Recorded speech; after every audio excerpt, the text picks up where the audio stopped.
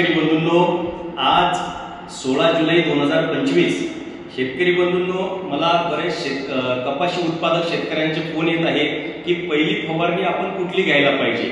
आणि बऱ्याच शेतकऱ्यांचे असे सुद्धा फोन येत आहे की कपाशीमध्ये विल्टिंगचा प्रॉब्लेम, जसं मर रोग, आकस्मिक मर रोग, झाड एकदम सुकून जाणे, बुरशीजन्य रोगांचा प्रादुर्भाव, याच्यासाठी आपण पहिली ड्रिंचिंग कुठली करायला पाहिजे। तर शेतकरी बंधूंनो, या व्हिडिओच्या माध्यमातून आपल्या सर्व महाराष्ट्रातील शेतकरी बांधवांना मी सांगू इच्छितो की आपण पहिली फवारणी कुठली घ्यायला पाहिजे आणि किती दिवसांना घ्यायला पाहिजे।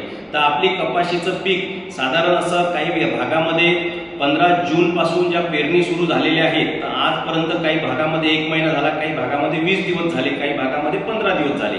तर साधारण ही फवारणी आपण 1 महिन्याच्या आतमध्ये घ्यायला पाहिजे। ती पहिली फवारणी कुठली घ्यायला पाहिजे, त्याच्यामध्ये प्रमाण राहील प्रति 16 लिटर पाण्यामध्ये 1 नंबरला घ्यायचा आहे आपल्याला विशेष, म्हणजे ज्याच्यामध्ये थायकोनेट मिथाइल आहे, जे संयुक्त बुरशीनाशकचं काम करते आणि पूर्ण बुरशीवर कंट्रोल करते। तर त्याचा डोस राहील आपल्याला 16 लिटर पाण्याला 30 ग्राम। 2 नंबरला घ्यायचा आपल्याला सुपर कॉन्फिडर, त्याचा डोस आहे 16 लिटर पाण्याला 10 मिली। आणि 3 नंबरला घ्यायचा आहे आपल्याला कपाशीचे ब्रँचेस, फुटवे, कपाशीच्या फळफांद्या जास्तीत जास्त निघण्यासाठी आणि पांढऱ्या मुळांची वाढ करण्यासाठी मल्टीप्लेक्स ज्युरस 50 मिली। 4 नंबरला घ्यायचा आहे आपल्याला मल्टीप्लेक्सचे डॅप प्लस, ज्याच्यामध्ये 1846.25 बोरॉन आहे। अतिशय सुंदर एक नवीन तंत्रज्ञानाचं नवीन प्रॉडक्ट आहे, अतिशय त्याचे रिझल्ट चांगले आहेत। ज्या शेतकरी बांधवांनी डीएपी खत पेरणी सोबत नाही टाकलं गेलं असेल, तर ते जर आपण या फवारणीमध्ये घेतलं तर डीएपीची संपूर्ण कमतरता आपल्याला फवारणीद्वारे भरून निघेल। तर डीएपीचा डोस आहे 16 लिटर पाण्यामध्ये 80 ग्राम।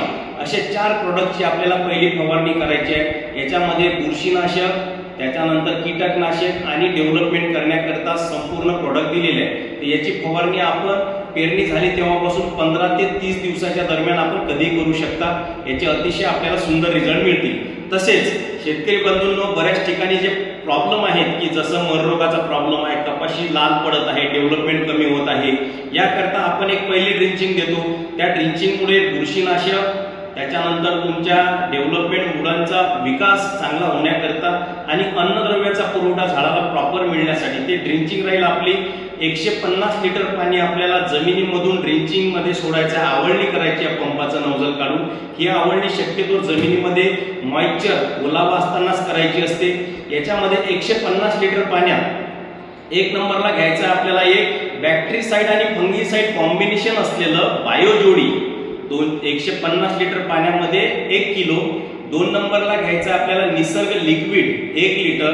3 नंबरला घ्यायचं आपल्याला जीवायुष, जे की पांढऱ्या मुळांची असंख्य वाढ करेल, आधुनिक प्रॉडक्ट आहे, ते घ्यायचं आहे फक्त 100 ग्रॅम।